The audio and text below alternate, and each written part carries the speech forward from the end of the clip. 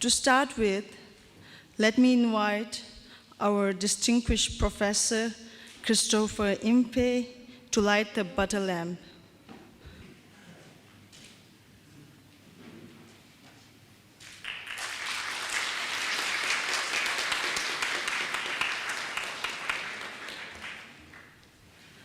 Next, I would like to request our Venerable Kagyu College monks to do the inaugural chanting prayers.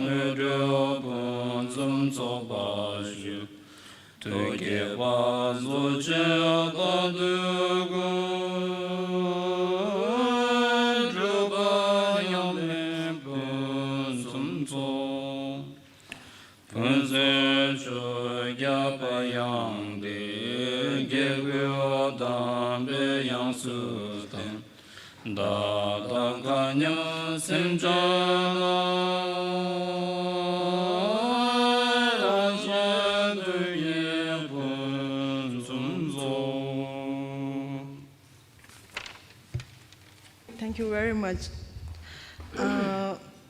Now I'd like to request our Honorable Director, Geshe Lhakdor, to introduce the conference.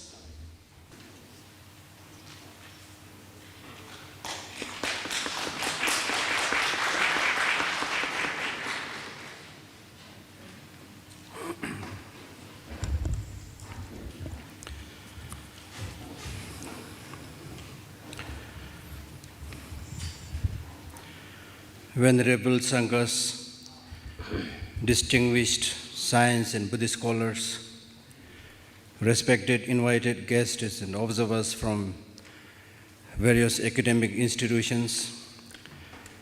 First of all, I would like to thank all of you for your presence during this second inaugural international conference on cosmology and consciousness that we have organized on the topic knowing and acting. It is my great privilege to welcome you all, and especially the eminent speakers who have come all the way to participate and share their knowledge and experience. At the outset, I would like to briefly introduce the conference and various activities related to the Monastic Science Initiative program that the Library of Tibetan Works and Archives has undertaken with the support of many other institutions and individuals. Out of various activities and responsibilities of the Library of Tibetan Works and Archives based in Dharamsala, today I would like to give a brief background account of the Monastic Science Initiative program that LTW is supervising for over a decade. Based on the overall vision and direction provided by His Holiness the Dalai Lama, the Library of Tibetan Works and Archives has so far implemented the following programs. Library of Tibetan Works and Archives was given the responsibility and direction by His Holiness the Dalai Lama to look after giving science education to the monastics from different monasteries. So the Monastic Science Initiative was started in 1999. In the year 2000, the first 4-week science workshop was organized for 50 monk scholars with the seed, funding, and blessing from His Holiness's office. In 2001, the Library of Tibetan Works and Archives created a partnership with Sagar Family Foundation, Boston. And since then, yearly workshops were conducted under the project named Science for Monks. And the 50 monks that I mentioned earlier continued their yearly science workshop until year 2007. In the light of many changes and growing acceptance of science education among Tibetan monastic scholars, the need to take suitable steps were clearly seen. And two very important and in urgent need were science textbooks in Tibetan and English and science teachers. Thus, in the year 2008, a new science program called the Sagar Science Leadership for Monks was established, not simply as a continuation of Science for Monks project, but to produce science teachers and leaders who will work in their respective monasteries for successfully furthering the science education. For this, we selected around 30 monks out of the 50 monks that we mentioned earlier, based on their academic excellence during the past workshops. Under this program, the first cohort, consisting 30 monks, were graduated in the summer of 2010 after attending 6 special science leadership workshops.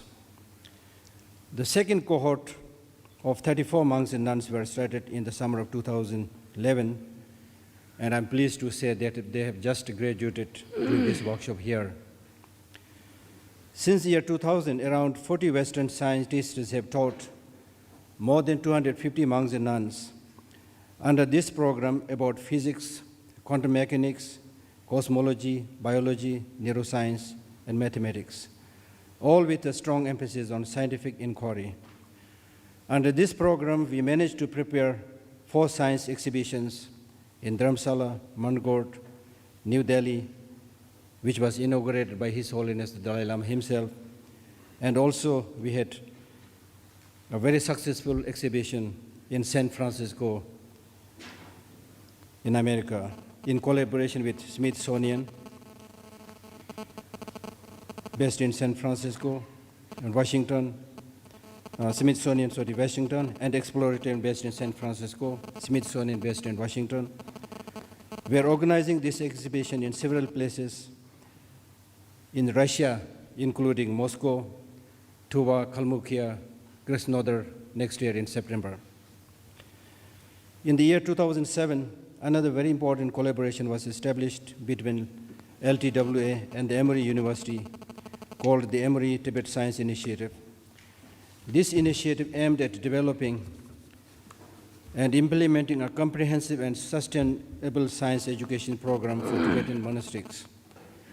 So far, this program has brought more than 30 science faculty members from Emory University to Dharamsala to teach and has developed 6 bilingual and illustrated science textbooks which are to be used in Tibetan monastics as science textbooks.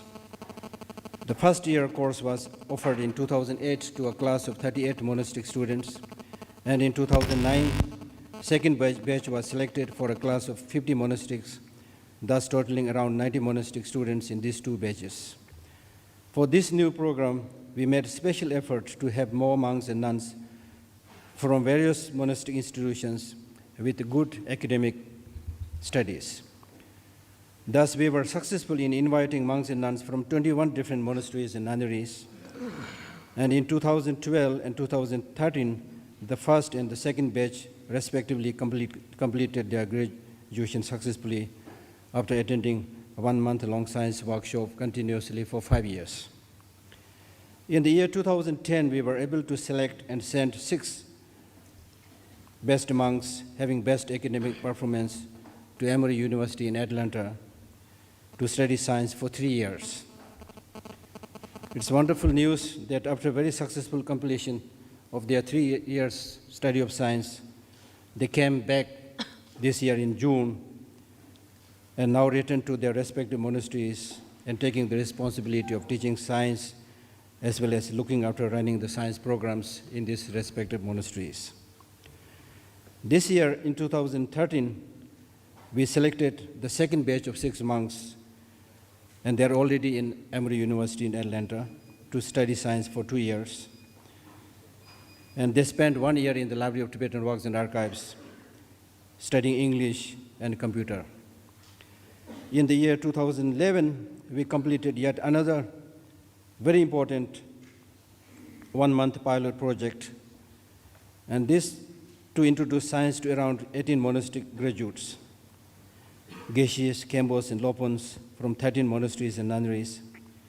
They also attended the 3-day international conference on Cosmology and Consciousness, which was inaugurated by His Holiness the Dalai Lama. These monastic scholars joined and helped in leading the panel discussion on the 5 themes of the conference at that time. Since these monastics are going to play extremely important role in shaping overall education system in their respective monasteries, we felt it will be very beneficial if we are able to regularly give such exposure to these monks who have already completed their Buddhist studies and who are all now playing important roles in their monasteries. This project is funded by John Templeton Foundation and also supported by Sagar Family Foundation and Exploratorium. Because of the very beneficial and successful completion of this pilot project, John Templeton has very kindly agreed to support this program for another 3 years, out of which in this is the first year. In this first year, we are having this 1-month long science study and the 3-day international conference on knowing and acting, and this is attended by 30 monastic graduates from different monasteries and nunneries. I'm glad that they're all learned scholars and they're all here. Most of these learned monks from various monasteries and nunneries have come from far-off distances in India, and 2 of them have come all the way from Canada and Australia on their own expenses. Like the above-mentioned science programs, this conference is also aimed to have the exiled Tibetan monastic community as well as others to engage science and to initiate science trainings that would eventually support new learning at the frontiers of science and Buddhism. Building upon His Holiness the Dalai Lama's long-term interest in engaging scientists in dialogue, this conference on the topic knowing and acting is yet another extension of the dialogue. The 3-day public conference will promote the integration of spiritual values and scientific investigations. Discussion will focus on how do we know, how to extend the knowledge, how to act, and so forth. This conference has brought together Buddhist scholars and Western and Indian scientists and classroom educators into dialogue about topics of not just mutual interest, but topics of great relevance to the well-being of the whole world. The details of the conference are there in the brochure, which we have already distributed. And my colleague, Dr. Bryce Johnson, will introduce the eminent speakers later on. Although Buddhism has little experience with the scientific theories of modern science, it has long inquired into the fundamental nature of substance and the nature of the mind. It has thought deeply about experience, inference, causality, and the proper role of the concepts and theories in our thinking. Even the long history of the physical universe has been the subject of Buddhist reflection, leading to remarkable views not unlike those being advanced today by cosmologists. The importance of knowledge, which is the focus of this conference, is duly recognized both by science and Buddhism. In fact, the word science means knowledge, meaning that many of your physically related sufferings can be removed if you have the proper knowledge. And Buddhism equally says the root of all suffering is ignorance, as such ignorance of any form, inborn or imagined, religious, philosophical, or scientifically acquired, must be removed, and correct, unmistaken knowledge must be cultivated. Thus, the knowledge must be, but what is important here to understand is that it should not be any kind of knowledge. It must be the correct and beneficial one. As Shantideva says, life is short, and there are too many things to know. We do not know how long our lifespan is. As such, get what you really wish, just like the swans extract milk from water. So what we need is genuine knowledge and wisdom, and not just any kind of information. We need those knowledge and wisdom that would color our emotion, that moves our whole being, that makes us get up, go and do things for others. This is important based on our own current experience, that despite so much information and to some extent knowledge, things are not working in the way we want. Why is this so? Everyone expects some change, but the change is not forthcoming. What is the problem? We must accept the fact that with the scientific knowledge, we have addressed many problems, mainly related to the body, the physical. But it also has produced awful destructive weapons. No living man can today escape the beneficial as well as the bad results of scientific activity or technological production. The scientific and industrial age was inevitable if man was to go forward in the development of all his faculties, and not merely of some of them.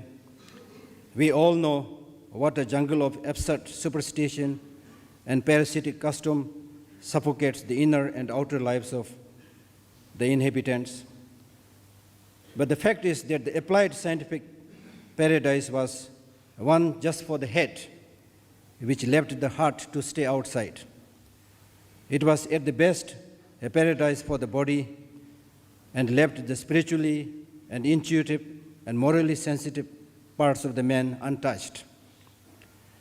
They did not realize that his ethical character, his actuating motives, his attitudes towards his fellow men, and above all, his understanding of life's ultimate ends are still the real power which drives the machinery provided by science. Modern history has shown what they forgot, that whenever man improved the external phase of life but did not retain his mental balance, he paid dearly for every such improvement. He wandered further away from the original center of his being with each step, so-called development. For every new facility which his inventive brain thought out, he paid by the loss of spiritual power. Everyone can see now that it still leaves his moral nature untouched, his animal nature ungoverned, his weakness of false paths undisturbed. Everyone can see that his house may be packed with machines and gadgets, shiny gadgets rather, but his heart may still remain empty of satisfaction. The notion of interminable progress, which was the dream at one point of the time, was one which science first flattered its devotees and now frightens its victims. It was attractive enough when the 13th century watched the passage from steam to electricity, but dreadful when the 20th century watched the progress of hand grenades into bomb. Each decade of the last 100 years has been more of pride but less of reverence, more of information but less of wisdom. We know more but only about things and less about ourselves, about the hidden purpose of life, about the world of inner reality. We do so little that really matters and so much that is comparatively trivial. The range of knowledge among the ancient philosophers was limited, but depth of the thought was not. Thus, it was possible for the more mystical among them to achieve this miracle, that with fewer facts at their disposal, they reached truer ultimate conclusions about the universe that we moderns have done, as well as a truer knowledge of the essential being of man. This need not surprise us if we remember that the same science which tells us that we must base our search for truth only on the facts adduced by the senses also tells us that the senses themselves are limited, unreliable, and imperfect. This does not mean to say that religion is the solution. Religions also have contributed to the well-being of people, but also produced blind faith, fanaticism, fundamentalism, and segregation and division. So I believe that what we need to change is not just science or technology or religion, but the change of heart, the change of the human being who uses all these knowledges at his disposal. The purpose of conference of this type is to endeavor to address the existing ills of the society, to come with a kind of spirituality that addresses the long-term and short-term needs of the whole globe and the humanity, and not just the needs of a small section of community in whatever name they are existing. And this can be achieved through gaining not only wider knowledge, but more larger perspective and more deeper knowledge of the basic reality. Time has come to shed narrow-minded parochialism and to help reduce the creation of ceaseless suffering, because all the man-made problems are basically unnecessary sufferings. We may not be able to solve the sufferings that come from natural disasters, but it is a shame if we are not able to deal with man-made problems. To reduce the creation of ceaseless suffering under various names and banners, which only shames the humanity and brings down the very stature of the higher forces in whose name they are doing this. It is all rooted in ignorance and misconception of the all-pervasive reality of the way things are. Buddhism talks about gaining a precise knowledge through the threefold process of hearing, thinking, and meditation. This basically means gaining beneficial knowledge in such a systematic way that you develop conviction in it and then have your life and mind totally conditioned and habituated with it. In this way, your knowledge becomes a regular part of yourself, and thus you will be able to walk the talk, do what you are talking. Advanced practitioners like the Buddha have been conditioned by the good thoughts and deeds, and thus doing good things comes to them automatically, effortlessly. Whereas in our case, we are conditioned by negative, afflictive emotions, so doing bad things automatically. So that clearly shows we need a drastic surgery, a drastic revolution.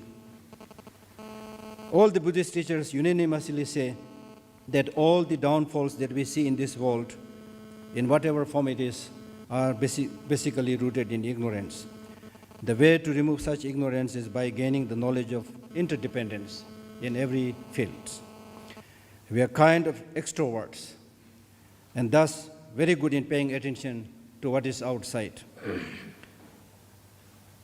Be it playing a football, be it playing a music, or even in the case of scientists, they're very good in fiddling with the things that is there in the laboratory outside, but not so good in playing with the laboratory inside. The reason is what is inside of us, we hardly learn. And even if we learn, we do not practice. For example, we may know a lot of things about inner qualities like compassion, its definitions, its various types, but hardly endeavor to have it. Thus, we are devoid of such qualities. So what is the way out? There is no other way for both the primitives and moderns to come out of this situation than to readjust their attitudes in such a way as to restore the balance, the lost harmony. Both had to pay a heavy price for blind faith and blind skepticism. No one will understand the complex world problems aright if he does not see that these deep changes in the human problems are partly responsible for it. Modern progress has given the human character width without depth, fluency without wisdom. We've always tried to solve problem through patchwork solution. In Tibetan, I call it Awhor Gipasal Lembajawa. So that will not solve the problem. If you let your whole immune system go destroyed. The activities of our external and surface progress blinds man's eyes to the truth that no civilization which fails to achieve balance between the materialism eventually causes it to wobble. Therefore, the great Buddhist scholars of the 6th century, Guha Garba Lope Sangye Sangwa of the 16th century, who was an eminent Indian scholar, a tantric practitioner, who was requested several times to visit Tibet. And then later on, he wrote a very lengthy letter advising the Tibetan kings how to behave, the ministers how to behave, the monks how to behave, the nuns how to behave, the laymen how to behave. So in one of his writings, he says, wherever you are born, high or low, in any of the 6 types of migrating beings, the one that is like a king is your mind, your natural awareness, which is really the powerful one. Therefore, he concludes by saying, amongst knowledge, the knowledge of the substance, the knowledge of the material things, knowledge of what is outside is a poor knowledge. Knowing the features, characteristics, and natures of your mind can be termed as the rich knowledge. In the similar tone, Gendu Chumbe, the famous Tibetan writer and thinker of the last century, also wrote in a similar vein where he says, this crazy mind, unable to recognize its own identity, and that's the problem. Not being able to recognize its own identity, the crazy mind is forever trying to measure the length and breadth of the religion, of the politics, whose extent is like the sky and the earth. And in this vain search for glory and knowledge, you take permanent refuge in these mistaken states and levels of knowledge. And he sarcastically says, indeed, you are a very courageous person, completely forgetting yourself. Time has come to replace belief by knowledge. The sole function of education is to open the way to thinking and knowing. But knowledge alone will not solve the problem. We are all very, very clear about it. Knowledge of what is does not open the door directly what should be. Objective knowledge provides us with powerful instruments for the achievement of certain ends, but the ultimate goal itself and the longing to reach it must come from other sources, which is very much related to conditioning the emotion. Therefore, in Buddhism, we talk about the importance of cultivating a fine, balanced harmony of compassion and wisdom. Wisdom and knowledge, if it is a genuine knowledge and wisdom, that wisdom and knowledge will be so powerful that it will, as I said earlier, it will it will color your emotion, meaning that it will shake you, your whole being.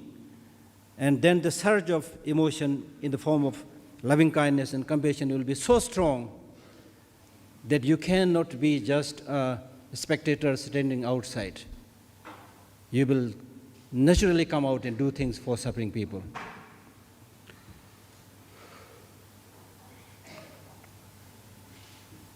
To make clear the fundamental ends and valuations and to set them first in the emotional life of the individual is the most important function which religion and spirituality has to perform in the social life of man. For that, we need repeated and rigorous positive conditioning through constructive knowledge, which in Buddhism is called meditation. Short-lived attempt will lead us nowhere because our mind is so strongly entrenched in negative emotions that it will be extremely, extremely difficult to change it. I recall one ancient Tibetan master who used to scold his students. The student goes to the teacher, says, "Dear sir, I repeatedly spent a lot of time thought about the teaching that you gave, but I'm not changing." And the teacher scolds him by saying, "Don't tell a lie. I saw that in the whole day you are remaining distracted, and I saw you that in the night you are sleeping.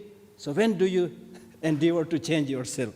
So we are something like that person. So the message is, if you wish to decondition or uproot the strongly entrenched negative impulses, you need sustained and deep thinking and meditation. We are just like a person who has been suffering from severe chronic illnesses. The chronic illnesses cannot be cured by just few doses or tablets of medicine. In the end, I wish this conference will contribute towards creating more awareness about gaining universal knowledge, and more importantly, to act in our various capacity in bringing about a more saner and peaceful world. So we need to walk the talk. I once again thank you all for joining us in our small endeavor to make our small contribution to the peace and harmony of the globe. And I know you have many tasks at hand, but you have seen the importance of such a gathering, and you are with us today in this inaugural session. I'm deeply, deeply thankful to all of you. And I would like to especially thank the director and the staffs of the Sciencetist Library for providing this beautiful venue and for giving us all the needed support. And similarly, the Kagyu College and others who had also extended their support whenever we asked. Thank you very much.